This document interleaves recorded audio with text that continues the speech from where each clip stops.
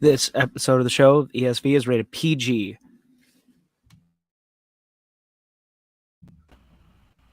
Hello, everyone. On this episode of Ear, Shoulder, Voice, we're going to be talking about abortion, what that means to everyone here on the panel, both on a personal level and its significance in the government.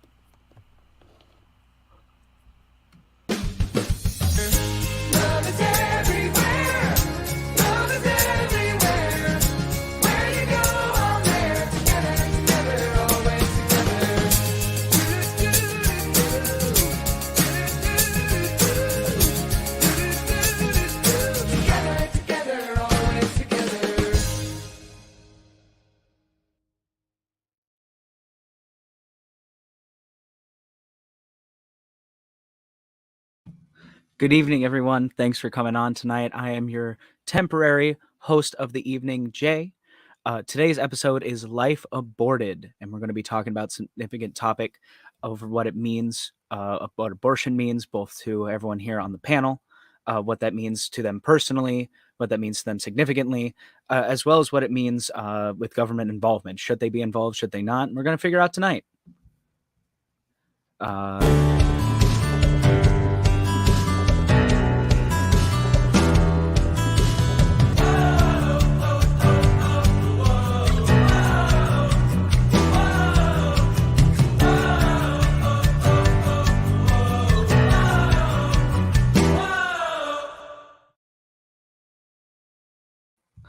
All right, so the first person I wanted to add on to the panel this evening is Elena. Hello, Elena. How you doing? Good. How are you? I'm doing fine. Obviously a little bit nervous, but I'm excited for the show tonight, and I think it's going to be something great. We're going to have fun. Oh, yeah. Next guest I would like to add on is the always wonderful King. King, how are you doing this week? Oh, King is gone. Cool. All right, fine. Nikki, how are you doing today? Hi. Good. How are you, Jay?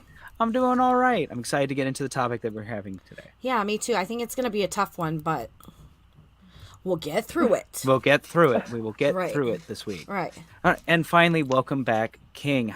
King, how are you doing this week? I've seen you're having some technical difficulties. I had my Bluetooth headphones went dead, so I had to flip everything. So yeah, I get it. Like I was telling you guys at the beginning of the show, my light had just died, so now my main light is my phone flashlight. But we're making it work. We're making the whole show work. Welcome everyone. Thanks for coming on. So abortion. Abortion has been something that has been around ever since BCE and has become such a significant topic in history, even to this day. I guess we should start off figuring out who everyone is, as well as how they feel about abortion. Ladies first. Go ahead, Elena. I am very, very, very, everyone should do whatever the fuck they want with their own body. And that's how I feel about that. I don't think anyone should get to tell someone else what to do with their body, whether it be someone personal, like close to them, whether it be the government. I think everyone should just take care of themselves, and I think everyone deserves their own bodily autonomy. I feel like that might be a thought that is shared amongst a couple of people here on the panel, but it is important to figure out where everyone else is standing as well, right? And we'll be hopefully able to see that this evening. Nikki. Yeah, I agree with, I don't think anybody should tell us how we, what we can and can't do with our bodies. However, I still find myself teetering on pro-life because I'm a mom. I've had children, you know what I mean? And so, but there's certain circumstances where I probably myself would choose abortion under certain instances. But I still do believe that, we have the right. It's my body, my choice. But as a form of birth control, I don't agree with abortion as a form of birth control. There's people who have had many, like 10, 12, like that's excessive. Adoption's an option, and there's other choices. Buy a condom. Yeah. And that is some of what we will be discussing this evening as well. King, what are your stances on it? I'm not pro-abortion, but there are certain circumstances I believe that should be allowed and should not, be judged. I mean, you get raped by somebody, or if you happen to be somebody who has something that you could, um, and unfortunately this has happened with my friends, and I don't understand it, but you have something that you can pass on to to a child that could actually cause them, they would not live a quality life, Mm. you know. So I think that's a very interesting way that you guys have been bringing this up of the idea of what really makes that choice, right?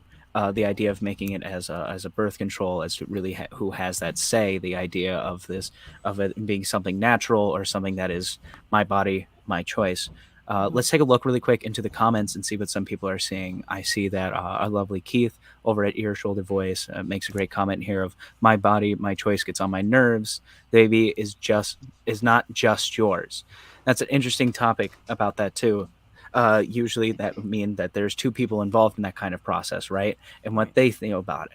Uh, I my think body, he repeated himself over yeah. and yeah. over. So my body, my choice. How do we feel on that particular phrase? What does that mean to us? So with like you saying that, like, yes, two people went into creating a life, which I do understand, and I get that. However, it's my body that this is growing in. Mm-hmm. So like, yes, I understand. Like, if I were to go get pregnant, whoever helped me accomplish that, they should get a say. But at the end of the day, it's still my body that is housing this for the next 9 months. If there was a way that we could physically transfer a fetus to a man, absolutely, then they get a say. But as long as this is living in my body, that's my decision. Well, the only problem with that I have with that is, okay, so I understand that, but the whole thing is, so a man and a woman have sex, and a woman becomes pregnant, and she says, "My body, my choice."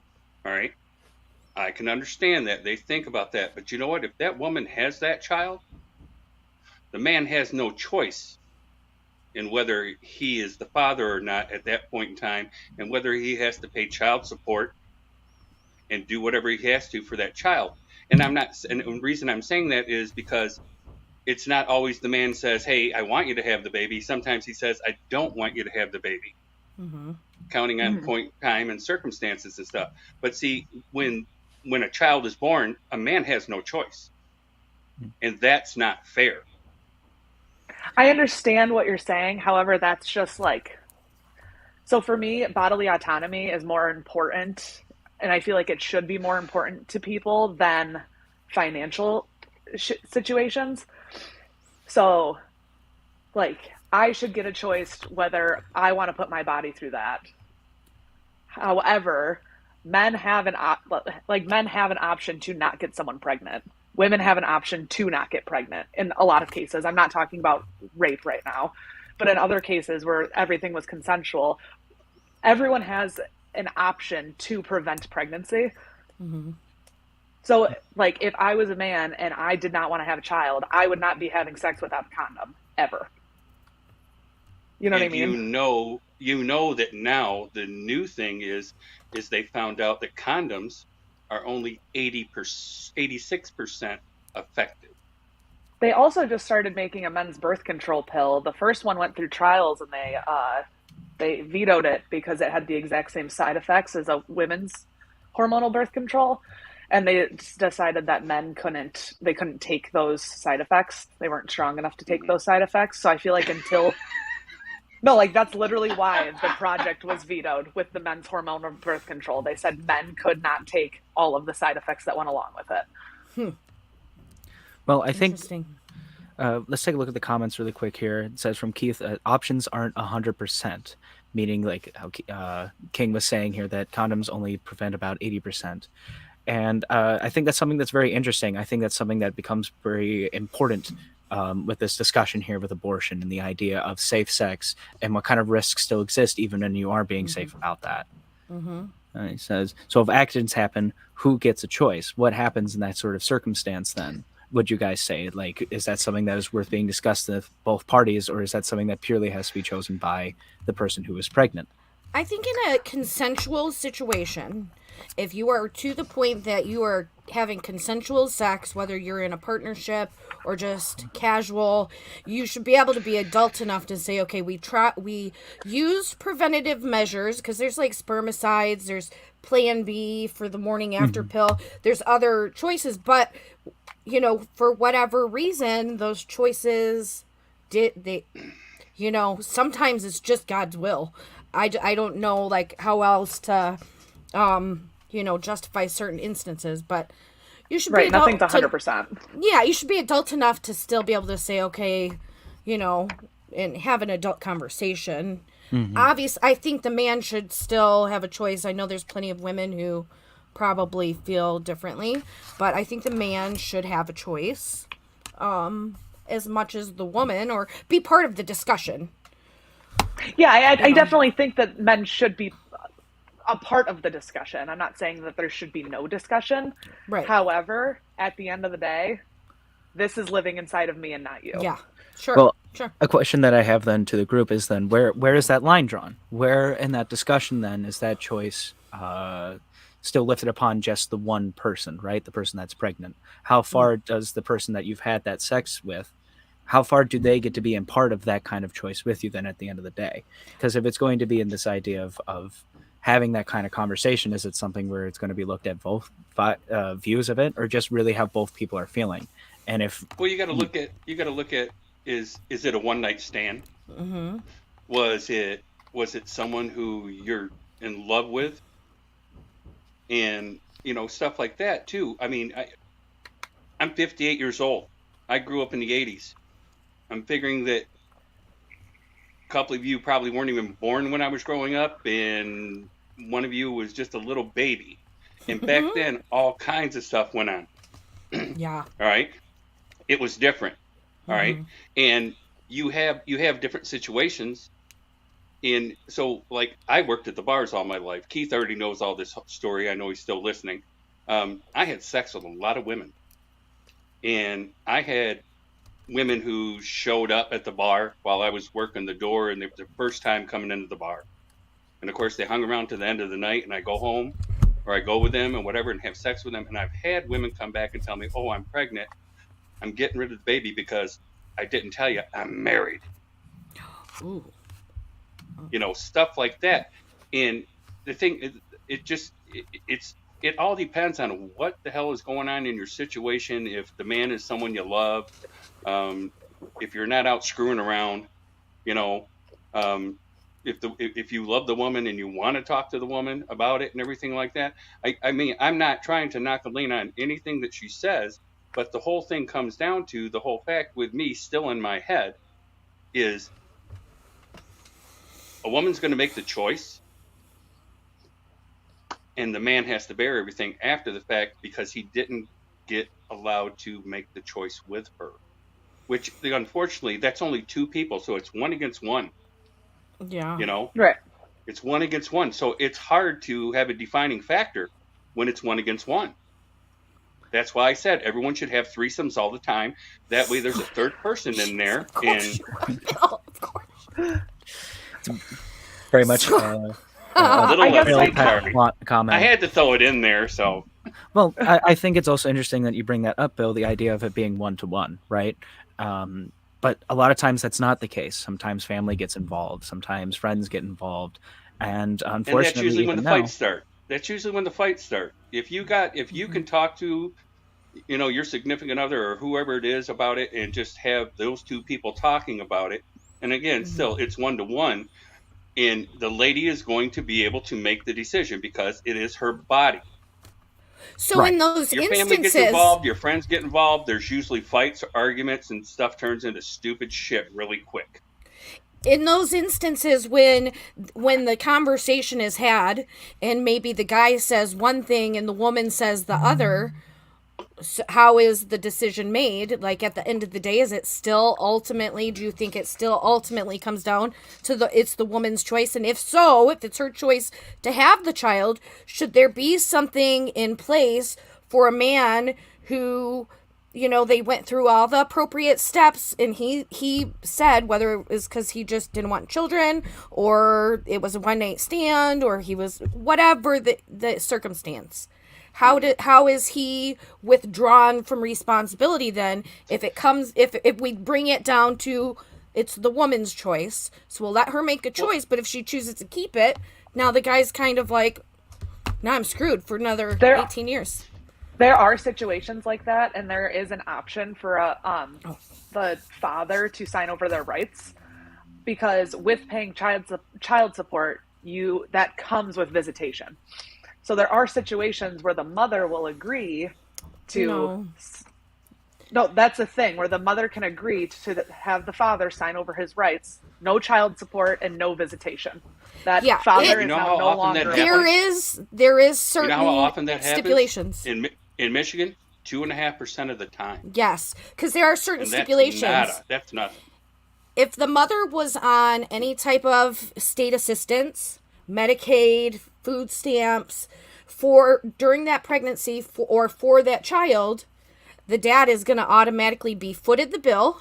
He'll be footing the bill, or the mom will not get assistance. So he could sign off his rights, but if she used any kind of state assistance, they are not going to say, nope, you're good. And I know this because I was actually on the receiving end for about 10 years, and I was the one paying child support.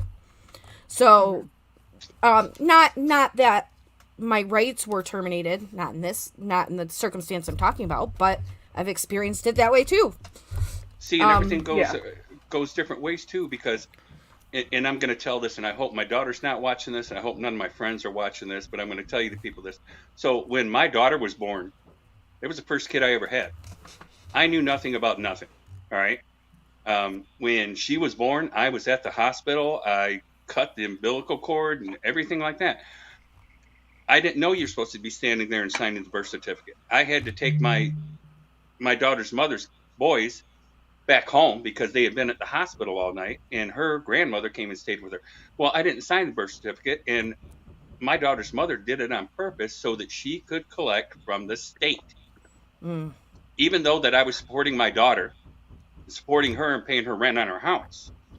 And it went that way. And that's one of the reasons that I have a problem with part of the situation. And then the other fact is I was stupid enough to get back with my daughter's mother after a certain amount of time. And she got pregnant again, and I'm paying child support on a kid that's not mine. So why are you paying? You got to pay for a paternity test through the state. Because it doesn't matter. You know what Michigan is? Michigan is, as soon as you admit that this child is yours, you're screwed for the rest of your life. No, especially if there's no blood relation. I've talked to every lawyer in this state. Okay? As soon as you admit that a child is yours, all right, and you pay child support one time, that's it. And I've been paying child support on this child for 17 years. But wow. and that's why I have that thought in my head. Okay, like Elena said, there is point in time that you can sign over your rights and say that I have no right to this child, blah, blah, blah. And the woman does have to say that I will not take any child support, this man not demand anything and everything like that. And it still has to go in front of a judge. And like I said, right now, well, not right now, but a few years back whenever I checked it, it's like 2.5% of the time. And the whole thing is so you get to pick and choose when you're the woman and you have a child in you. And I understand that, hey, do you want to do this with your body, or do you don't want to do this with your body? And there are some women out there who they actually have in their head, I don't want to wreck my body. I'm not having a kid. Which is a completely fair thing to say. Yes, and that's a lot of people out in California. But and I understand that because it's different. And I mean, you don't know when a woman gets pregnant with a child, right? You don't know what's going to happen. Well, I think especially if it's her first pregnancy, you don't know what's going to happen. She could, carry the baby to full term and have no problems. She could deliver the baby very early and stuff like that. And it's heart-wrenching and sometimes and everything like that. And women think about that too. So I want to go back a little bit on what you were talking about there, Bill, and I think this is something that's going to work as well with the comments. But the way how you were talking about the that idea of responsibility, basically, the idea of ownership over the child, I feel also has a lot of great significance, and we'd love to hear what the chat is saying about that. Let's take a look at the comments really quick. Keith said, "But Bill, if you are sleeping with so many and being careless, why do you get the choice? Why is it that if you're going around Because and why? Because it's not just me. Okay, there's two people involved in the situation. All right, Mhm. it's back then. All right, yeah. I mean, granted, don't get me wrong. You know, all my friends when AIDS came about, they's like, "Oh my gosh, you got to go get tested. You've slept with so many women. You know, you probably have it." Well, the thing was, at that point in time, it's not just you. All right, it takes two. It takes two. So not just me being careless, but maybe her being careless. let's take a look here. Signing over your rights is not so simple nor an easy choice. Neither is having an abortion. But what do you mean? What do you mean on that, then, Elena? Like, just explain what you mean. So a lot of people when they're saying why they are pro-life, and I don't like that term. I like to use the term pro-birth because a lot of people that are so quote unquote pro-life, they don't give a fuck what happens to this child once that's outside of the womb. They want the child to be born. If there's no one able or financially able, mentally able, physically able to take care of this child, it goes to the state. The kid rots in foster care for the rest of their life. So Well, I don't that's like not the whole 100% pro-life. true.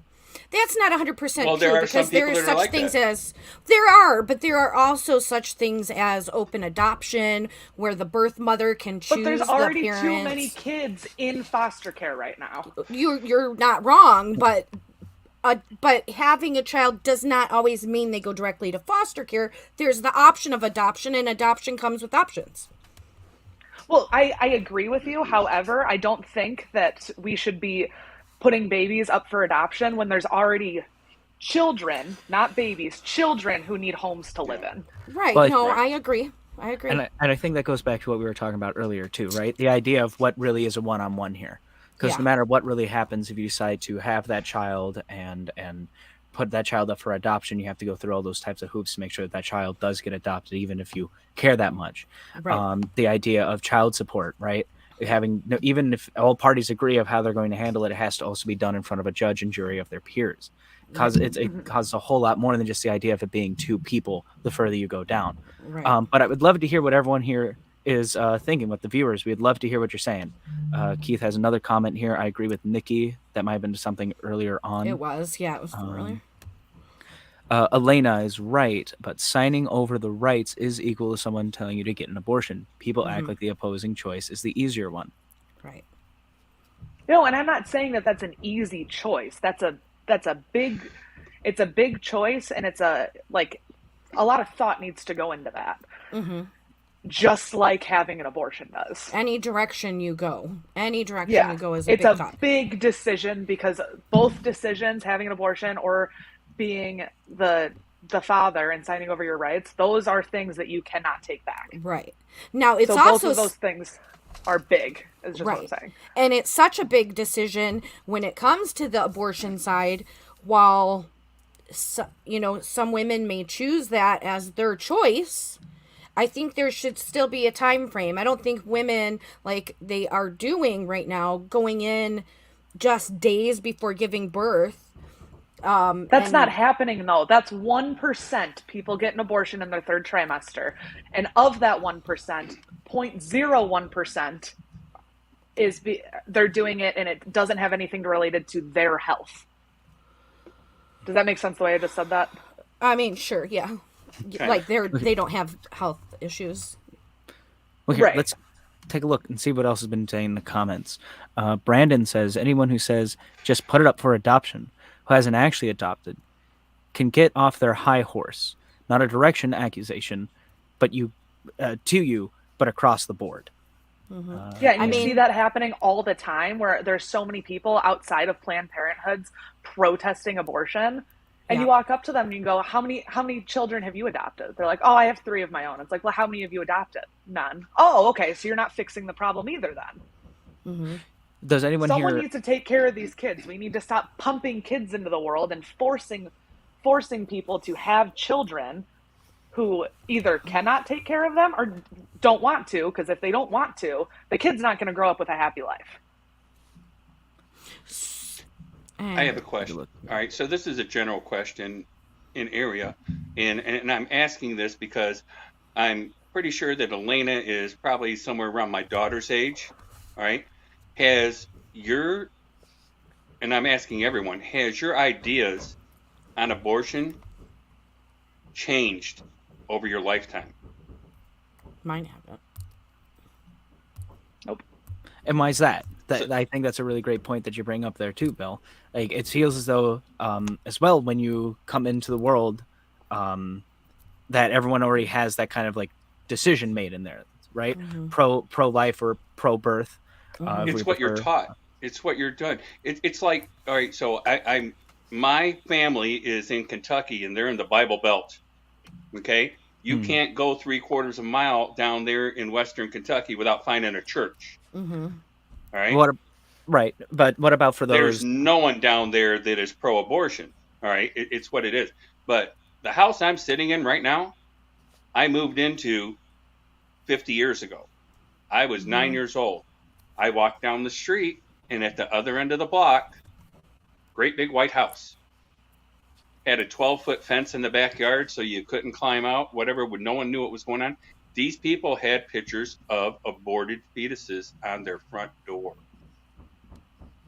And at that point in time, myself, even though I wasn't told a whole lot, but my parents were told that these people were against abortion, but everywhere they had been, point in time, they got kicked out. But these are also people that had bars coming out of the walls, going over the children's beds so their children couldn't get out of bed at night and stuff. I mean, crazy stuff. But it's all, I think part of it has to do with, and it's like, whether you're a churchgoer, when you're, when you find out about it and stuff like that, and then your choices in life, because I know a bunch of people that they've changed their minds, and unfortunately, you know what? It's bar people. They're like, oh yeah, no problem, blah, blah, blah, do like that. And that's the people I've known all my life, and they changed their mind. And that's why I asked, like I said, I know Elena's a young lady and stuff like that, and I wonder if she had this idea and then changed it to this idea and stuff like that. So, I mean, like, when I grew up a little bit differently than I know a lot of my peers grew up. My parents never told me their thoughts on anything controversial. We'd ask them when we were growing up, and they'd say, it's none of your business. So, like, that was awesome for me and my sisters, because we really did get to just, like, find out information and, like, develop our own thoughts on everything. Mm-hmm. So, like, that was really cool. But, like, my thought process never changed. I remember being, like, young and, like, learning what abortion was and being like, oh, I would never do that. But in my head, even though I knew I would never do it, like, at that time, at a young age, I would think to myself, I would never do that, but never once would I was like, and someone else is a bad person if they do, because it's not my decision to make decisions for other people. I'm in charge of myself, my being. Nikki's in charge of herself. Bill's in charge of yourself. Jane's in charge of herself. Like, no one gets to tell me what I can do or can't do with my body, as long as I'm not harming another living, breathing human being. But that being said, let's take a look at the comments, because I think this one, the oldest one that we have not looked at yet, ties in perfect to what you're saying here. Again, from Brandon, I feel like it's more of a generational or demographic thing rather than an age thing. I think that's something that links really well for Bill asking that question for Elena, because the way when you grew up, Bill, seems to be entirely different from when Elena had grown up. That changes, right? And that changes, like how we were talking about last life show. Changes all the time. Exactly. I mean, we're talking 30 years. So, I mean, life changes. Everyone gets a different idea on everything. You have a lot of people. My daughter is one of them. Again, I hope she's not watching this. My daughter, in her mindset and everything like that, because of the way the world is today, she doesn't want to bring a child into this world. So she has told me recently that, Dad, I'm not going to have any kids. And you get some people that just don't want to have any kids, but you have some people that have ideas of, I don't want to have any kids. I don't want to bring them into this world. Which, if she does what she wants to do and is, safe on it, and uses whatever she needs to use to not have a child, that's great. But my whole thought is, and I didn't say anything to her at the point in time, but what happens if there's a mistake and then you do get pregnant? What are you going to do? Not have kids. Right. And see, and then that would actually, unfortunately, that would bother me. And I know it's her choice, but that would be my grandchild inside her, type of thing. So, but I wouldn't tell her, hey, no, you can't do that. You have to have the baby. Yeah. Or And you're anything allowed like to have that. your own opinions on it. And you're allowed to have, everyone's entitled to their own feelings. Absolutely. I'm not saying that, I'm not saying that if she decides to do that, that you aren't allowed to feel the way you're going to feel about it. You know what I mean? Right. No. And yeah, and that's what I'm saying. See, I have my feelings towards it, but I also respect her. Yeah. All right. My daughter's a freaking genius. Her IQ is over 200. She has her own ideas on life and everything like that, and that's great. And that's why I don't judge her on what she does. But if she were to actually become pregnant and then tell me, hey, Dad, I became pregnant, I'm aborting the baby, it would bother me. It would. Yeah, and it's allowed to bother you. That's completely fair. So, I totally get what you're saying. Here, let's keep going down the line here. Keith has spoken again. Great point, Bill. Mine have, as a mother who have had choice her child over her career, I used to be more choice. But had she aborted me, everything I have accomplished and everyone I have inspired and affected would not have been. I was one at a time who had no choice. And I think that's something significant, too, that a lot of people who are pro-life, pro-birth bring up as well, is that the child doesn't have a choice there. And is that something that creates that kind of argument then? And it goes back to something I think that's been the root, is the idea of who really is involved with that kind of decision making. Is it really just the two people who were involved? Does it have to be a family thing? Does it have to be a generational thing? Does it have to be a government thing? And we'll get into that later on to the show. Keith also says, what gives the fact that our life is affected the choice to deny the existence of another? I am more on the rails now, but that's a lot to deny another human. Mm-hmm. Brandon here, let's pull up his comment. I think the hard part of that, Keith. I think the hard part of that, Keith, is that when we learn that we aren't that special, maybe a bit cynical of me, but if I wasn't there, someone else would be going my job. Elena would have found someone to make her happy. Do I like the idea of that because of me? Of course. But I have to remember that the world would be going just fine if it were someone else. Keith continues, maybe it would, maybe it wouldn't. There are many greats in history that would have led to a different world, for better or for worse. And I want to sit on that for a little bit here, because I think that makes an interesting argument there that I think causes this sort of subjectivity that it seems that we have here, of the idea of the opinion and where people decide to make that choice has become more subjective. Is a lot of people have that kind of argument of, you don't know who this person is that you have that you have the potential to bring into the world, and what that kind of significance is, not even just to the world, but to each other. And something that at least I've been able to learn on a personal case is that a lot of people really don't try to make that kind of conversation. We bring up here how important that is, but we also have to remember that there's a lot of people that don't want to make that idea of discussion and want to create that sort of choice for the other, whether they like to or not. Brandon continues here in the comments, true, but the argument is always, what if that baby would cure cancer? There have been billions of us that hasn't happened.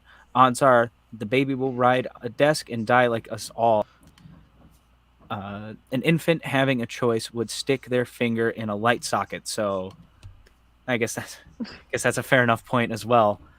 Keith continues here in the comments, saying that survival of the fittest, or natural selection over survival of the inconvenienced. Mm-hmm. My issue is people saying, when people like when a pregnant person's making a decision, when they say, "Oh, you don't want to, like, you just want to have an abortion because of the inconvenience." Being pregnant, like I've never been pregnant, so I can't speak too much on it, but I have seen many people around me go through their entire pregnancy. Being pregnant isn't just inconvenient for some people. It's fucking hard. Some people do have wonderful, beautiful pregnancies, and that's awesome, and the rest of the world's jealous of them, and that's great. But for a lot of people, it's not just inconvenient. Your whole life changes. So I hate when people are like, "Oh, it's just about the convenience for you. You just don't want to change who you are as a person." No, I don't want to change who I am as a person. Like, like if I were to have gotten pregnant when I was 20, let's say, like, no, I don't want to change my life right now and become a mother at 20. Like, that's awesome for the people that do that. More power to you, but I wouldn't have fucking done that. And I feel like I have the right to say that. Mm-hmm. It looks though Brendan agrees with you to some extent here, saying, I think the inconvenience part gets overlapped. It has a lot to do with financial situations, health choices, a lot of things in play into that, not just wanting to party. And I think that's where it kind of leads into that other part of our discussion this evening, the idea of government involvement. How do we feel about that? Does the government have the right, or should they have the right, to be involved with that decision in any way, shape, or form? No. Nope. No. Bill? They will at some point in time. The Not government? if we keep Not speaking up today, about but it. Not if at you some keep point saying in time, no. They will. Well, At one point in time, sooner or later, it's going to come down to that. Overpopulation is a bad problem, unfortunately, and it still is, and it's going to keep being that. Even though, No, it's especially now, not. have you guys have checked everything out as far as like the coronavirus since we've been going through this? How many people have had kids? Oh, it's like a second baby boom. Yeah. Yeah. Well, because everybody was stuck at home, but Well, that doesn't mean you have to stick your penis in somebody. I'm I mean, just what saying. else are you Nothing gonna else to do? do, Bill. What the hell? I think it's very ironic coming Well, from what I'm Bill. going to do is different, all right? Right. But yeah. So it was okay when you were boning every girl you found at the bar, but if we stay home Married as or husband not. and wife, I never and found want to them. They have came a and little. found me, so that's different. So. Oh, okay. Well, My husband came and found me, and we had fun during COVID. Well, I'm not pregnant though. let me remind everyone here that this idea of government involvement, it's already happening. Yeah. We have to keep in mind that there are a few states here that have already made the regulation and made bills that are either allowing a state to have the ability to have abortion clinics, and there are a good number of states here in the country that are still indecisive on that fact, or have already joined a part of the rest of the groups of other states that have already made the decision that they are anti-abortion and that they've chosen to be pro-choice, pro-birth. Let's go in here in the comments and see what people think on that as well.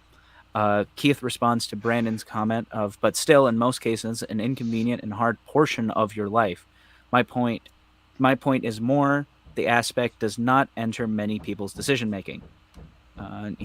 Keith continues of, they already do. Tax dollars go to fund organizations to provide abortion services. So much of that, many, not all, use it as a form of birth control. Something that was brought up earlier on in the show. Yeah. And he says, simple answer, do everyone in the ass.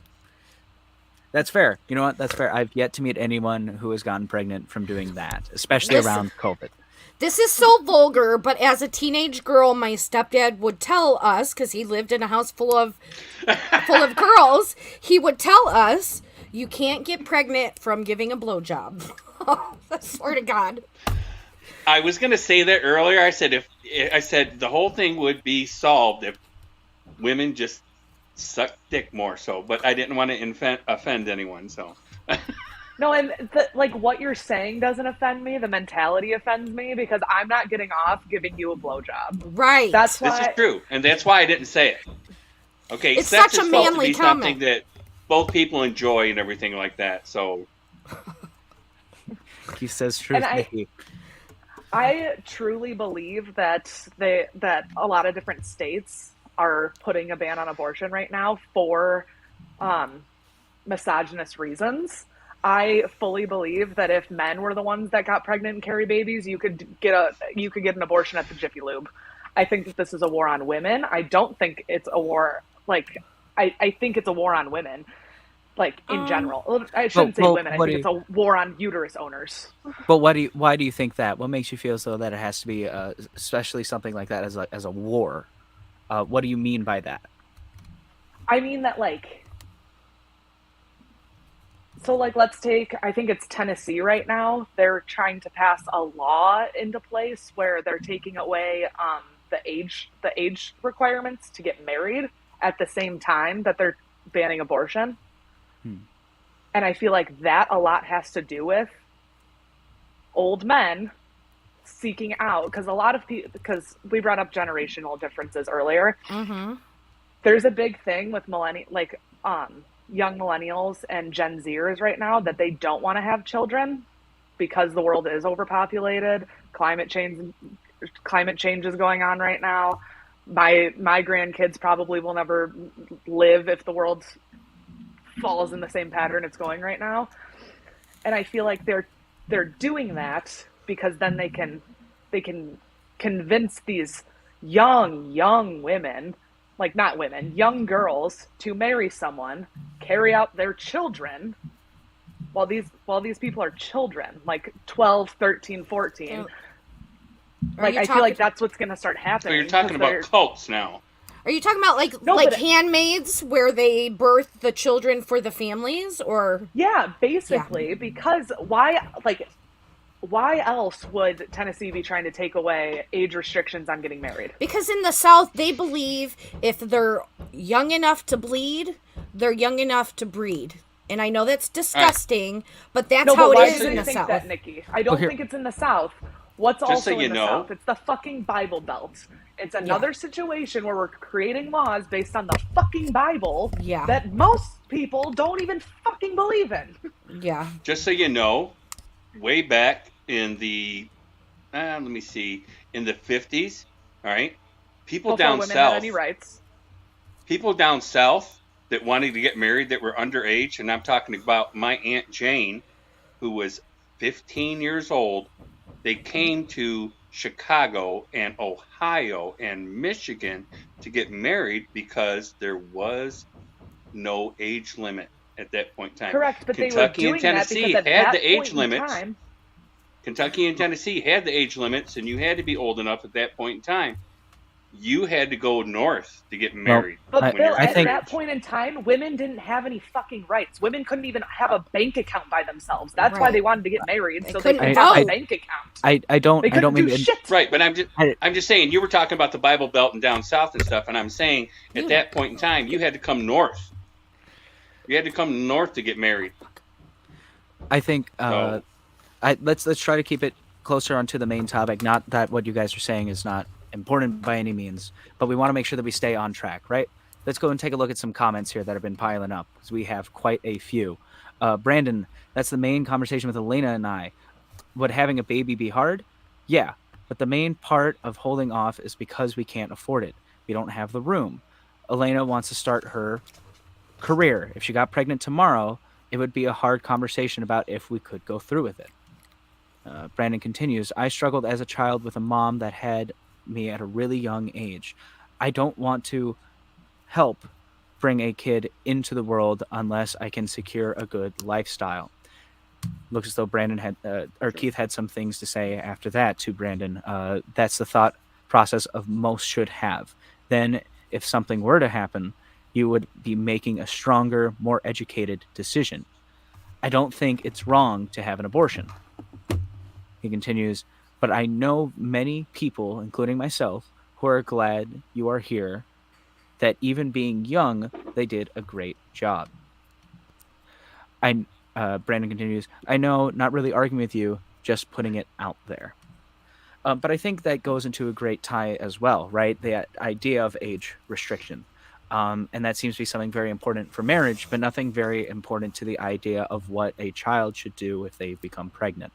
I think that's something that's very common. I know around my area, local high school, that was something that was talked about very often, is that it seems a lot of these 16, 17-year-olds were having children and that they were showing full development of pregnancy in high school.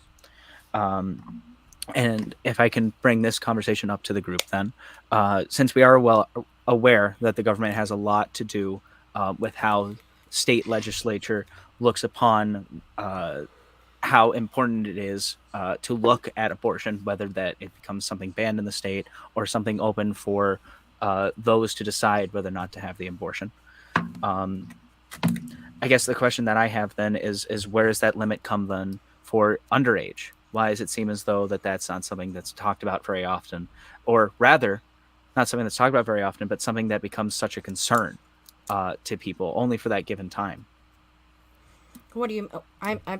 Will you like? Yeah, just- here. Let me rephrase the question. I feel as though that a lot of times, when at least when abortion's been brought up around my environment, it has always come for people that are underage. Do you think that a lot of the arguments caused today are being done through abortion in general, or keeping an idea of those who are underage and minors? And if not, why? I think when I think in terms of abortion personally, I don't. Age is not the first thing I consider. Mm-hmm. It should definitely, be a conversation for the younger ones, especially I think between the age of 12 and 15, 16 years old, a girl's body is still developing. So to go have this child now grow a child, the issues could be endless, and not just for the baby, but for the mom too. She's not even fully developed. But I don't think age should be any consideration when it comes to should abortion be allowed or not allowed. There's only a few instances I think I personally would do it, but that doesn't really matter to the world. So I mean, yeah. Right, but don't we feel as though that could be a problem as well? I mean, rather you do believe in the idea of pro-choice, or pro-birth, pro-life, however we decide. Something I feel so that would be important, that would be age. Because what do you do then for that 12-year-old to 15-year-old? What do you tell them? Like, do you push in this idea of that they're going to have a baby? Do you push in these ideas then of they're going to have to go and get an abortion? Do a lot of people really think about that and the kind of scary scenario that becomes for a child? I mean, when do you think that a young woman is mature enough to make her own decision? Because when they're underage, I'm pretty sure that most of the states, it's the parents. Decision is up to the parents, right? I mean, 16, 17 years old, a young lady, even 15 in some instances. I know some really immature 15-year-olds. But if it came down to a young girl got pregnant, first my question would be, was this a situation of, hopefully not, but molestation, rape, or was she just sexually active? Because now it depends on how the conversation's going to go. If it's, I guess if that really shouldn't even depend, to be honest. She's pregnant, but that would probably be a deciding factor in how I carry the conversation, at least. But what do you do then in circumstances, say like you live in one of these states that has now banned abortion? What is that? What do you do then for that child? I mean, if that's the choice, then you can take them to another state. There's other ways. Elena, quick. And I understand what you're saying. I understand what you're saying. Like, yes, you can take them to a different state to have procedures done. However, a lot of people don't have that option because of their financial situation, their at-home situation, sure, and things like that. And especially in the conversation of children getting pregnant, and I say children to anyone under 18. Yeah. With children getting pregnant, there's going to be an issue where they might not live in a loving, nurturing household where they can go to their guardians or their parents and be like, hey, I made a mistake. I'm pregnant. I want to go get an abortion. That might not be a safe space for them to have that conversation with those people. Right. But there should, it also, bringing up the topic that I feel like there should be programs, even if the state is, has laws against abortion, there has to be other choices for these kids. We can't just leave them hanging out to dry to, they're still learning. So in those situations, I So don't do know. you guys know that there's still a few states in the United States that if you're under the age of 18 and you become pregnant, that you go to certain clinics, all right? And the only reason that they will do this for you for free is if you get sterilized. And Really? that I have a big problem with. Yeah, Oh, I haven't especially heard at about that. 18, at 18, like you 18-year-olds are very selfish people. I have one, so that's how I know. And 18-year-olds are very selfish people, and they could make a choice today that is going to affect them for the rest of their lives, and in 10 years they may be a completely different person. So, I don't think sterilization, I think there's a reason why I had to wait till I was 30 to have my tubes tied, and I had to go through a 30-day waiting period before it could even be performed. And then, like, I had to have people sign, like, it was a big to do, and I had already had 5 children and a total of 6 pregnancies. I had a miscarriage, but then had 5 live births, and it was still an issue that I was done. And that's So- another thing that I want to just touch on quick because, like I mentioned, the war on women is that an 18-year-old man could walk into a clinic and say, I want a vasectomy. And they'll say, all right, sign here. And there's no issue with it at all. I'm 25. Like, I consider myself a grown adult woman. If I walked into my doctor's office right now and said, I want my tubes tied, they'd tell me no. Yeah. And I have a big problem with that because Yeah. so many states are banning abortion, but I also can't get my tubes tied. Like, Right. that's a fucking problem. Right. I'm an adult. I should be able to make my own adult decisions. And some doctors will even say, no, like a lot of the doctors' rationale is like, oh, well, like, what does your husband think?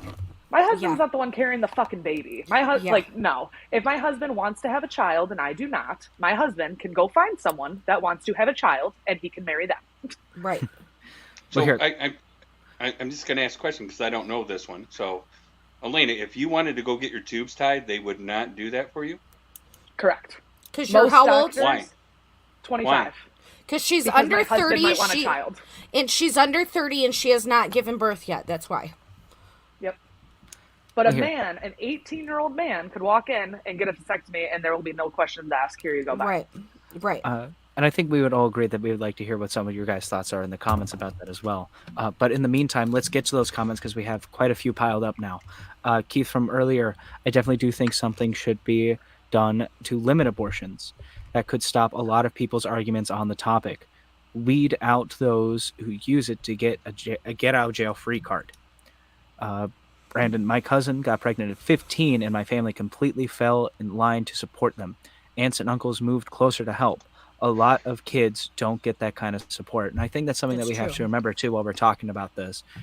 It is easy, it is easy to talk about like the kind of precautions that can be done before and after the fact. But Elena makes a great point too. It's like there's a lot of restrictions. There's a lot of restrictions when it comes to financial, but it mainly comes through a lot of what the family ends up doing in that kind of circumstance as well. And putting that all upon, a whole unit can be quite an issue. Many families will, says Keith. Brandon then says, I think that's wishful thinking, unfortunately. And I think that's something that we have to keep in mind is that it is unfortunate because it doesn't seem like that's something that happens very often. But since the 4 of us have never been into it directly, we can't say that case exactly. Keith says, there was a time in history that 12 out of 15 was not underage. I don't think it's right in today's world, but society evolved from that. Yeah. Brandon says, well, that was the average life expectancy was like 40. I agree, but there was a time. Brandon says, but that goes back to Elena's first point. They don't give support to them. They only care if a baby is born. After that, get lost and don't ask for support. And that's something Wait. Who's he saying they only care? The government. Oh, right. Oh. Yeah, we're going back to the government because that was earlier when we were on that. He says, doesn't the 10 years they may be a different person also support keeping the child because you don't know how their future will be? I mean, sure, if that's how you want to look at it. I was just looking at from a perspective of a 18-year-old and a 30-year-old there's a big maturity gap there. So, but yeah, I mean, yeah. Does anyone else have anything to say on the topic here while we have it? All right, then let's move on. But as a man, I can go and get a vasectomy tomorrow without an issue. This ties back to what we were just talking about. Right on, Elena. Can't get tubes tied. Well, not without my signature, so it looks as though they were discussing more of what we have. And here is Scott here from Facebook. That's not true in every state, Elena. My brother was denied until he was 25 in California. It might be wrong on the age. It could be 21, which still has but that. still, that why change. is men 21 and women 30? Yeah, and why do women I wasn't married at the time, so it wasn't a man I had to get a signature from. My doctor had to sign off, like my family doctor or whatever, but I had to jump through hoops and beg for it. Well, what are we all thinking then that causes those hoops? Do we all agree that it seems to be something as like an actual war towards women, or do we think that might be different from state to state due to what the government allows there? Honestly, looking back now, I'm glad that I had those hoops to jump through, because it gives you the opportunity to really, put thought into what you are asking them to do. You're asking to be sterilized. And even though I have 5 kids, I have some mild regret that I did it at such a young age. So, I mean, I don't want the government telling me what to do about anything, but I understand to a point why that's in place. Like, I would understand it if it was like, hey, if you're under the age of like 35 or whatever, if you want to be sterilized, you need to go to this counseling session. Yeah. Go through the counseling session just so people can fully understand, have all of the information about the procedure, about the aftermath, like all of that. Yeah.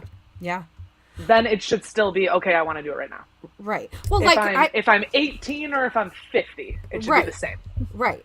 Right. Because right now, I'm in the process of going through weight loss surgery.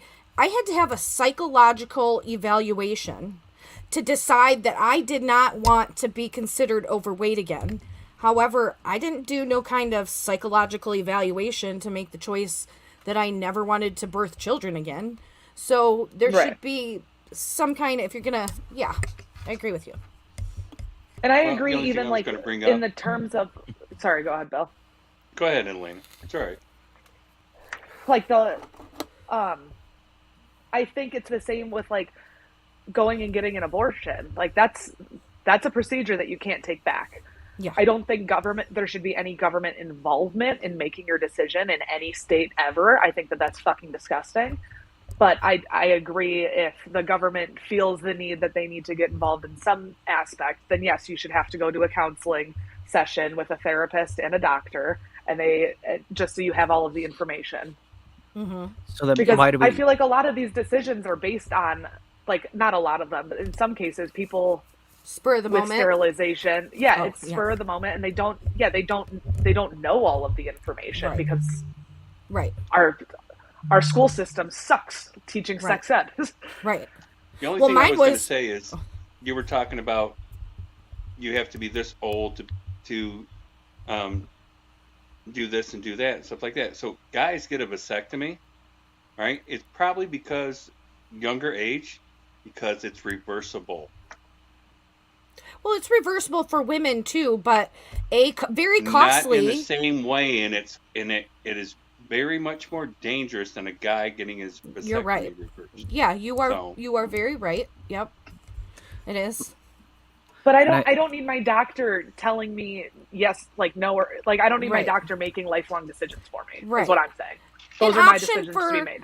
Like maybe, and like you're saying, like maybe if counseling was just part of the step in the process of being, so you're fully educated on what the decision is you're making.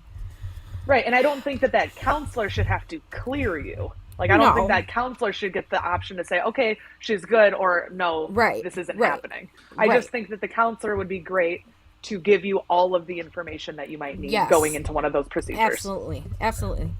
Well, keeping that in mind, then why do we feel as though then that that's something that doesn't exist now? Why does it seem as though then that the government has the ability to do all these things and decides to go in a different direction? Because of the Bible.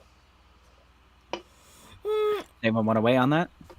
I don't think it's just because of the Bible. I think the government. State and church is separated, damn it. It's supposed to be, but it's not. It's supposed Okay, to be. Unfortunately, It is. people who are on It is. state insurance. It is, but you still have people that, like I said, they have their ideas about things because they are what they are.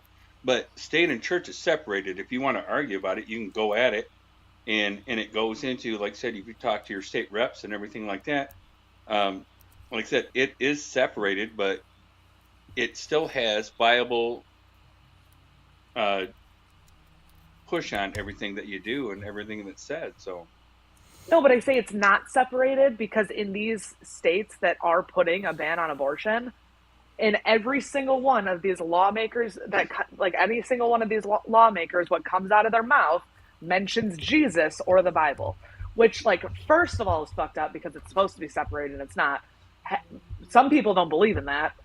In other religions, which is practiced in America because we're a melting pot of everything, that's what's supposed to make us awesome. In other religions, in some circumstances, abortion is necessary. Like, I know in Judaism, if the mother's life is at stake, abortion is necessary. Mm-hmm. So now people that live in our country and in those states where there's a ban on abortion, they are now not able to practice their own religion because of what some guy who believes in the Bible said. And I think that's something that's been coming up a lot in the comments here below. Let's try to catch up with them a little bit. Keith is saying it is ridiculous that you can't get government supported procedures to get precautionary measures done, but they have say over the result of lacking such procedures. But if we are going to make that a rule, it should apply to both sides. Mm-hmm. Keith returns, in fairness to government, I can't believe I said that. Shouldn't they have some rules if they are providing the funds? That's what parents did when we were kids, and many companies do now. Shut up, Keith. Because it would cost money and that would take away from the government buying a new fighter jet. Scott says, to our current conversation, the Bible has a big influence on the subject. Keith responds to Brandon, we can't have that. Those gold-plated toilet seats aren't going to pay for themselves. It's the hammers. Exactly. It's the hammers. Needs the bidets. They gotta rush. hammers. Well, couldn't we argue too, like with the support of that, with that government fund, the idea of where that money is going, right? And that kind of argument, that's something for a different day. He says, "I can still remove you, Bill." I think it's a good point to bring up that Keith is still with us and is in control. $135 hammers. I'm sorry, I had to correct that, but yeah. So then, something that I'm curious about then is when it comes to those type of situations with the government, do you feel as though that there are a lot of people that really get their voices out there apart from the idea of it just being purely this pro-choice versus pro-life? Because something that I've never really heard a lot when I've had these kind of conversations, though it doesn't come up very often with me, is it never really goes into what exactly the government is putting in, or rather a lack of what they feel as though the government is. So I think the question then comes then, do we want some form of government involvement to allow these types of these types of facilities and procedures that are being suggested in here? Would that something that have to be done through the government? And that being said, why have it done through some sort of government, if needed at all? Do we see it necessary at all? Okay, so everyone just likes to talk about Planned Parenthood. There's a lot of other places where you can get abortions done, but like, there's a lot of pregnant people that they can't afford an abortion, which also in turn means they can't afford to raise a child. Yeah. They cannot afford adoption agencies. They just can't. And let's like if a person can't afford to have a baby, they can't afford, but they also can't afford the abortion. The baby's born and it goes into foster care, which the government's already paying for. Hmm. So I feel like if we made abortion more readily available, there would be less kids in foster care. So that's government money that we don't need to spend. Hmm. You know what I Okay. mean? Like that the money's there. And Right. like how Brandon said, the fighter jet, like we spend way too much money on them. Like the money's there. Taxpayers Yeah. won't have to pay more money for these facilities to exist. Right. Yeah, I can agree with that. The idea of where that money should be going is something that should be done in an important way and not be going into these desires that are being done outside of our control. Right. Brandon on the topic says, sure, if you aren't to be funding it, set some rules, counseling and help, but you don't need to get that you don't need to get to make the final say. Keith responds, I want to ask the panel members if they can list reasons that are good reason to have an abortion and some that are bad as well. Now? The comments are here. Let's talk. I mean, Let's talk about that. What really are the pros and the cons of an abortion? I think if a person is molested or raped and gets pregnant, I think that would be one instance. If the mother's life was at risk, health wise, because some women just can't be pregnant. That would be another reason. A bad reason, I don't know. It's not my judgment to say a bad reason, really. I mean, But what is everyone else here on the panel thinking? I think that there's a lot of good reasons, and they're completely person to person. Like mental stability. If you're not mentally stable to raise a child, an abortion's a great option for you. Well, I don't think this argument even just means like plainly what it means to a general. If it's easier to talk about it, what does it mean to you personally? Like, if anyone has ever had that kind of thought, like, what are the pros and cons to that? What is a bad reason to have an abortion? Yes. Is when the woman wants to hurt a man. yeah, just out of anger, like Yeah. out of spite, sure. Yeah. Let's continue. Or as on. a form of birth control, I don't think that's, but No, and Nikki, I do agree with you. I don't use abortion as a form of birth control, but I am no one to tell someone else that they can do yeah, that. no, absolutely not. No, absolutely not. I just don't agree with it. Yeah, and that's fine. I don't Yeah. have to agree with what anyone does with their Exactly. own body. Yeah, exactly. Right. And you have a lot of, you got to think about where we're at. All right. So like me, I'm right outside of the city of Detroit, and I'm not downing the city of Detroit, but there are so many women that are down in within the city, and even in Hazel Park here, that have 6, 7, 8 kids. All right. And their ideas are, I got kids, I get child support, I get state aid and stuff like that. And you have the other women who, and the men are responsible too. Don't yell at me, Elena. They get pregnant and they just tell the guy, hey, you know what? Give me $900. I got to go have abortion and stuff like that, and keep going with it. And I that's the only thing I don't understand when you guys are talking about abortion as a thing of not having a kid and stuff like that. It's why would you do that?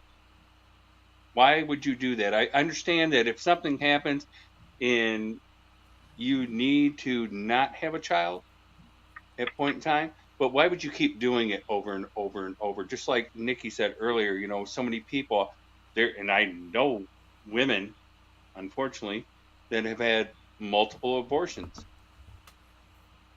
instead of. So do you think that those women shouldn't be able to get abortions anymore? No, I think they should, but I think that my thought is, so you think about, so a woman has, if she has 3 abortions, right? Boom, boom, boom, like year after year. Somebody ought to be able to have something to say about it somewhere, whether it's the man or in not government, but like the ADA, the AMA, the doctors American Doctors Medical Association, whatever, because they're just using that. And like you were saying, people don't want to destroy their bodies. And women who are having multiple abortions, they are destroying their Oh bodies. yeah, They they're usually end up, destroying their bodies. Yeah. they Yeah, but usually that's the come same up thing with where, it. That's someone making a choice for their own body. Mm-hmm. Maybe Like for maybe me, in an instance if they're well, then seeing maybe the woman needs to get a psychological evaluation if she's going to keep doing that all the time, or maybe she should be right? given the option to have her tubes tied and not have to wait till she's 30. If I could bring up too, I think another option that a lot of people haven't really brought up here, myself included, up until this point, because a lot of this has brought up the idea, that importance of choice, the whole topic of this. The root that I'm noticing here that's being brought up amongst this group is the idea of funds. I feel like that's something that's been brought up consistently, both in our discussion here as well as our conversation with the comments. I'd like to continue with the comments, but I want this to sit in mind here. If that is the case, then if there are all these type of factors involved, why isn't one of those options then just purely not have sex? Let's sit on that because for a that's never moment. going to Abstinence, happen. yeah. But let's sit on that for a moment. Are you as we get kidding to the me? comments here. I think that the government poured money into foster care system and made it work a lot better. Abortion rates would drop because foster care isn't a viable option right now. It's because it's a terrible situation to put a child into. Keith says having an opinion on both sides is important, and I think that goes back to what we were talking about, that good and bad. I agree with Keith here. I think that that's something that is very important. It's great that we all have these ideas, right? But something that I think is a problem for me is, yes, I have my own thoughts on the subject, but not really so much as an understanding of the things that I do and don't agree with to try to figure out what other people's opinion is. And I think that's something important to keep on as we continue. Brandon, I'd rather terminate than put a child into this messed up childcare system. But anyone can have an opinion. Keith continues. It happens a lot, Bill. That was something earlier that was being discussed. I believe it was that a bad is when a woman does that to hurt a man. Brandon says, exactly. So you have your option and stick to it, but make sure another person follow that opinion just because you might think that that's the correct one. Brandon says, when I say you, I don't mean you specifically, Keith. And Keith responds with, that's my point, but it helps to understand both sides. And he was aware as well. Brandon says, I've told Elena that a few times. Do I think I would go forward with an abortion decision? Probably not. But that doesn't give me the right to say that you shouldn't do it. Keith says, as a man, I do believe I will never know what it's like to carry a child or give birth, and it is not my right to impact that decision. But it is my right to want to raise a child and have a family. Then go have sex with someone who wants to have a child. Well, I think to get back onto that, right?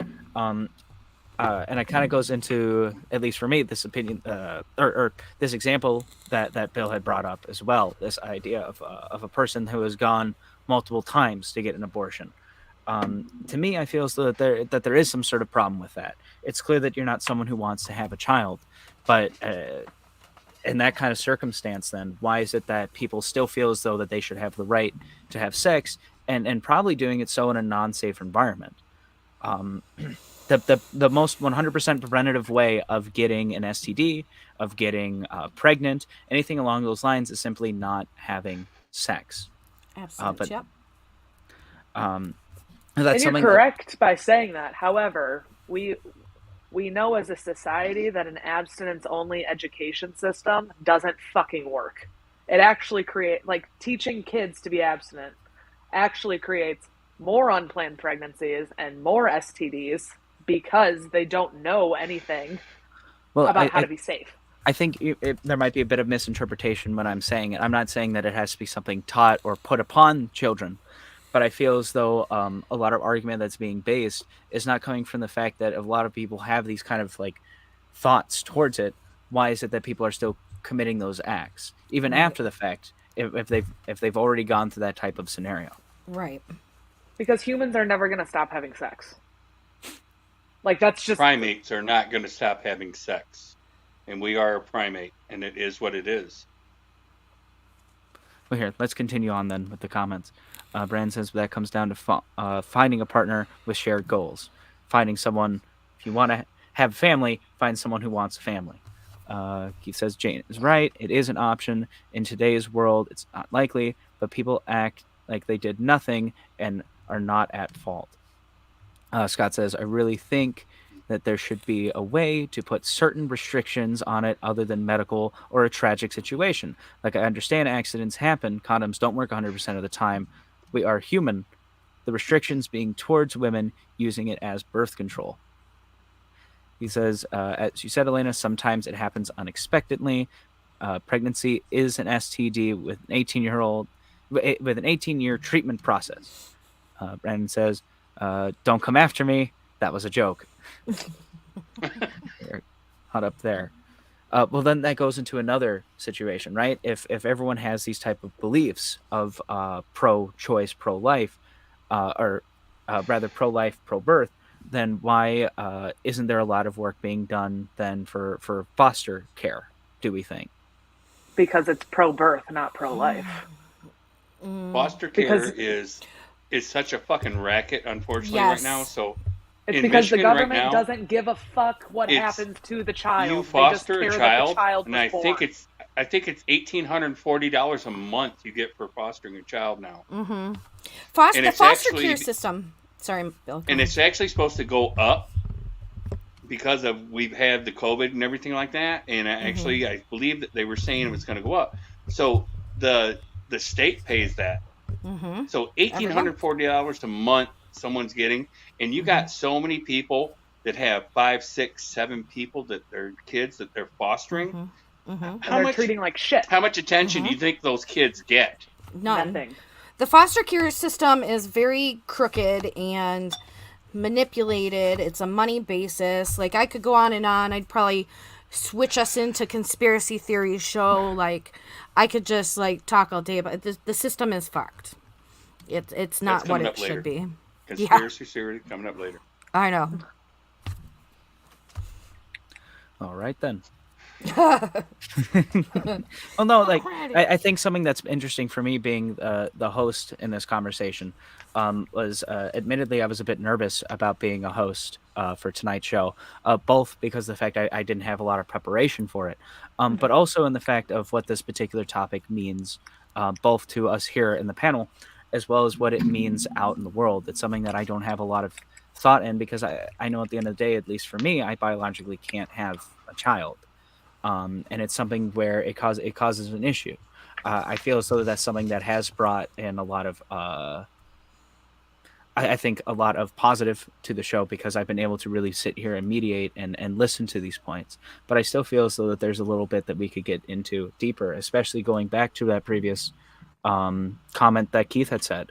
It feels as though, like, whether you live around this Bible Belt or not, that a lot of people already come up with their decisions, both either at a young age or as an adult, but never really look into the idea of the opposite side.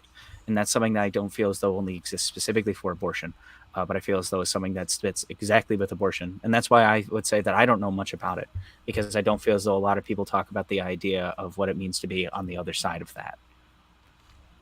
Let's take a look here in the comments to make sure that we are on top of everything. All right. Brandon, if you don't believe in abortion, don't get one. End of podcast. You found Which that is funny? what I say. I say that all of the time. And I remember when the huge topic of discussion in our country was legalizing gay marriage. If you don't believe in it, don't do it. If you don't believe in abortion, don't get one. I feel like a lot of times people that are pro-birth, they come to an assumption that just because someone like me who is pro-choice just means that, like, I don't want children, or I have no problem getting an abortion for myself, which is not the case. I love that I have the option, but like I want to have children, like I want to have a family, and like if you don't believe in it, just don't do it. Like, yeah. Just because you don't believe in it doesn't mean that I shouldn't be able to do it. Right. Let's continue on here. Brandon says, my best friend in college was a foster kid, and his mom treated him like shit just so she could get money. She treated her biological kids like royalty, though. He wouldn't eat ice cream in the car unless I got some too, even though I don't really like ice cream. Because he grew up with her getting her kids ice cream, but her foster kids could never have it. They had to sit and watch them eat it. Keith comments, the problem goes back to funding. People feel that their tax fund things they do not believe in or want to be part of. I think our taxes are for many things, but that's the argument. You don't And I get to think pick where your taxes go, and like that's it. You don't get to pick where your taxes go. You do if you elect the right person, but you can't elect the right person because all your officials, everyone that's in politics, they lie. Lie, cheat, and steal. And that I goes think- back to one thing that I say a lot. When new politicians are running for whatever they're running for, it should be illegal for them to disclose their religious beliefs, in my opinion. Because if there's a separation in church and state, your religious beliefs don't fucking matter. Yeah. But there's That so doesn't many have to do- times. It's Like, not there when- in the elections and stuff like that because they use that to get certain votes in certain areas. But that's unfortunately, crooked so. and that's wrong. It is. I understand that, but I'm just saying it's allowable. So No, but I'm saying it shouldn't be because then they're using their religious beliefs so that other people that have the same religious beliefs elect them. And it shouldn't be like that at all. We should only be basing everything on policy, not if this And the person only- believes in Jesus or not. Yeah, but I think and the only thing you could do is you write your congressman and get 130,000 other people to write them and Yeah. vote the same thing before he'll ever even push that. True. Well, and they You can know? tell us all day long what we want to hear to get our vote. That does not mean they're going to stick with it. I mean, Well, yeah, that's what they politics do. are I crooked. mean, Yeah, so yeah. Well, let's continue on with what we have left here in the comments, and then I would have something I'd like to add as well. Or is it? Was it this one here? Problem goes back to funding. That's where we were. Keith had continued. That could be for any parent, foster or not. Keith says, Elena, I agree with you. I feel the same way, but it's a valid argument. Brandon says, nobody can say where their taxes is going regardless. Even if the guy I voted for gets in, my taxes gets taken, and they will do what they do with it. The only way that you can control taxes, where your taxes goes, is if you dodge them and pull a Trump. Oh, no. We're gonna take a step back. well, I do that. I'm off the grid everywhere, so my money doesn't go anywhere. So And Good I think job, now Brandon. it's time to remind everyone that this is a live show that is then watched by good number of Listen, people I've on already the been internet. taken off Facebook twice. Once for just saying white trash Christmas here, so see if it happens again. What were you going to say, Jane? But yeah. Well, I think honestly what I have to say could go into our final thoughts. So unless we have anything else that we want to add, let's probably get into our final thoughts, huh? Yes.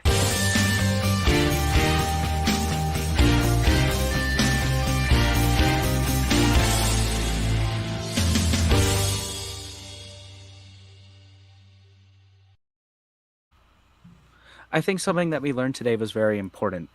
The idea of how this idea of abortion, whether those involved should have the right to say it or not, whether that be from the level of just being one-to-one, being a family, or even now with the judicial system and government, that it's a lot more concrete than just simply I want to have the child or I don't. And that's something I think that might be a problem in the world, is that a lot of people don't have the ability to even say what their choice can be. For me, someone who doesn't really speak much about abortion because I don't know much about it, I think it comes down to the issues that exist in the world and the issues that can exist with the government being able to pick and choose where those issues go.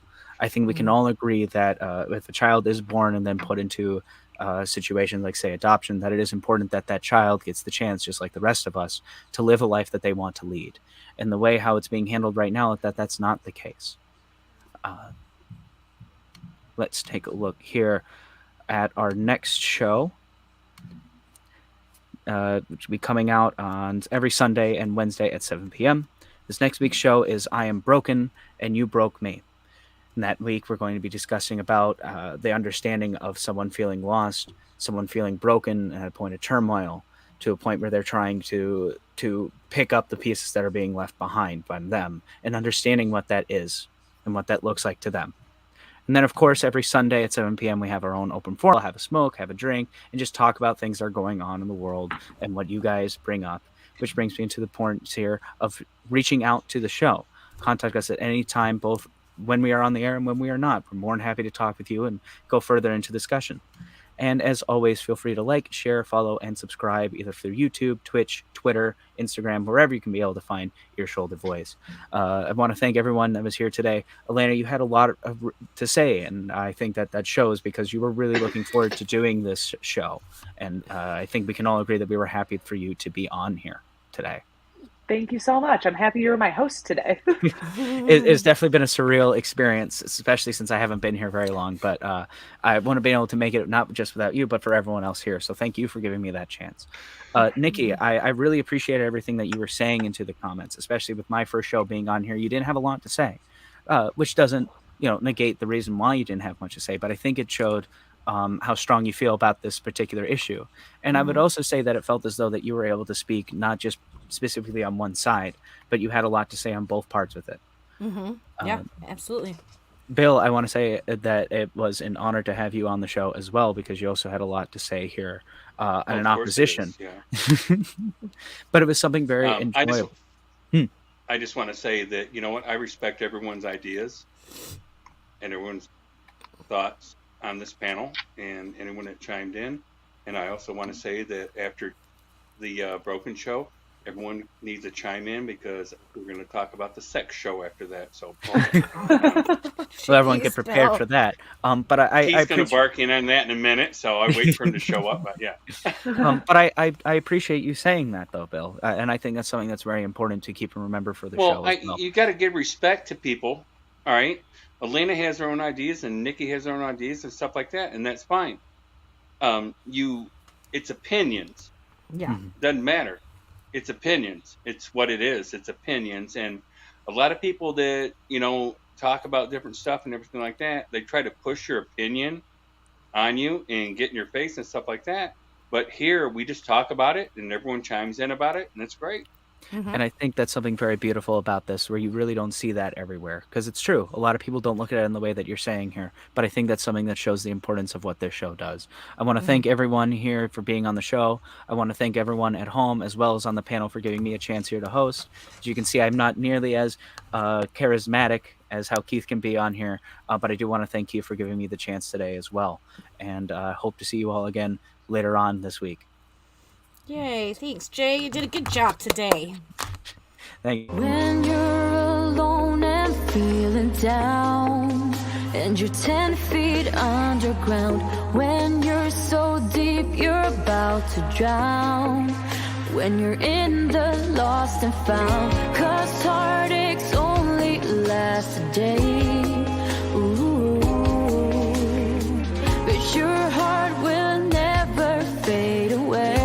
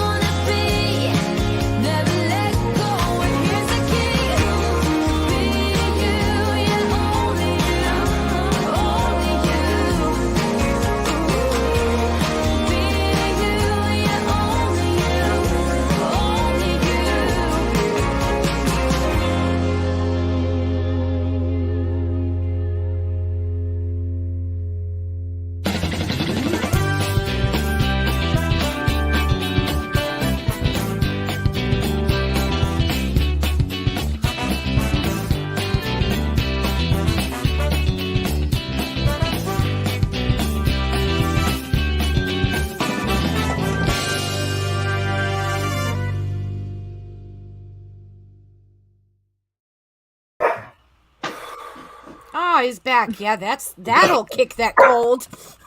Yeah. Whoa, Keith, what are you doing here? I don't know. I thought I'd do a cameo at the end, post-credit scene, like a Marvel movie and shit. It And is like this that. is what's coming up. I'll be back. If I feel better, I look like shit. I feel like shit. That And I was. got dogs barking. I'm not gonna lie, that was You stressful. tried the whole show. I got to give you credit for that, Keith.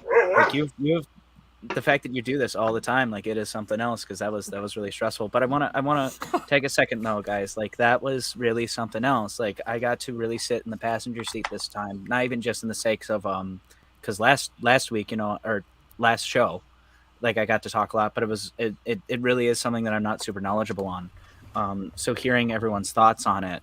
And not even just thoughts on it, the reasoning for it, I thought was really nice, because I was telling Keith about it. Like, I feel as though a lot of people just have these decisions, but they don't really have a reason why. And I tried to bring that up a little bit in the show, and I think it came through, but I'm not too sure. I think it did. Jane, you did an amazing job. Yeah, I think you did a fantastic job. I think we should all fire Keith. Well, no. I don't think that. You can't fire the founder, you goofball. Yeah, I feel like shit, Scott. Thanks for noticing. He thanks you for your kind words. Okay, question. Mhm. Keith, you said before that someone who was the original in your situation had dropped out. I don't know when Me. that was. It's a while back. Is Jane going to be your new person? Huh? I don't know right now.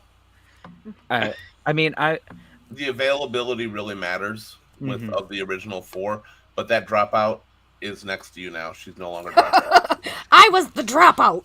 Oh, it was However, you? by the same Oh, token, Yeah. we kind of lost. I'm plan. glad Well, to I'm see I sorry. was I thought- missed, Bill. Glad to see oh, I you thought it missed was me. Linda, I honey. I'm waited sorry. a I year don't and a know. half almost till I did that, Nikki. Do what? I waited a year and a half almost until I said, "I guess you're not going to be back," and that was when you would close your Facebook and everything. No, I didn't close it. That was not a voluntary. No, I know, but when that Terribly. finally happened, like a year and a half later, Yeah. So, That's Keith, fine. who are your 4? Who are Me, your Lenny, originals? Brandon, and You? Me, Keith, Brandon, and Lenny. Lenny. Lenny. All right. I don't know why I wanted See, to I call her thought he was Michelle. I saying that don't know. Lenny died. Well, I know Lenny wasn't around or whatever, and I thought Lenny dropped out. So.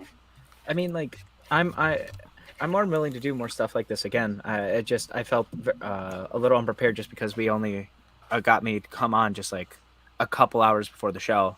You did amazing. I mean, I feel like I did okay. I I will feel as say- though And you're great. Wait till the sex show. So, It's not going to be a sex show. I was going to comment, and you said I was going to comment, so I didn't comment. Oh yeah, is that why you said hey? in Keith, the you said comment we there? could do a sex show. No, we're going to do it, but every time I do a sex show, the people that wanted the sex show don't come on, and I get people who don't want to talk about sex. I'll come on. hey, I didn't I'm want always sex there. I want. You let's. weren't allowed. You weren't allowed, Nikki. I remember that. Yeah, I wasn't allowed. My husband bashed that because Bill was like, "Do it shirtless." What He do you- didn't what do you stop mean- about What it. do you mean by sex show? What would sex show consist of? Let's talk about sex. Sex. Anything went. Baby. Anything went. Yeah, Damn. anything went. Yeah, anything goes. It's about fetishes, what you like, what you don't, what's weird, what's unique, but you got to be open and willing to talk about it. Yeah, And I'm one open time and we got willing. screwed and we had Yeah. nobody. Here's that was the willing to thing. talk I've about always it. been open and willing to talk about it. So shit. Me too. My husband's the reserved, close the door. What happens behind my door stays behind my door. I think don't Keith talk and I about talked out the one night about how many people we have had sex with. I mean, I wouldn't be. I don't want wouldn't to be talk about against- that. I wouldn't be against being just on a saying. show like that. Hold on. I think for me, it's something that would make that hard though. Is just because I have a lot of professional work that gets done on social media. Yeah. Well, I And respect so I wouldn't that, want and to be I caught. get that. Yeah. You know, if you're only on the And you show cannot if say want to white share trash these Right. Christmas on here. So, just And saying. that was There it is. that Right, was but part here's the of thing.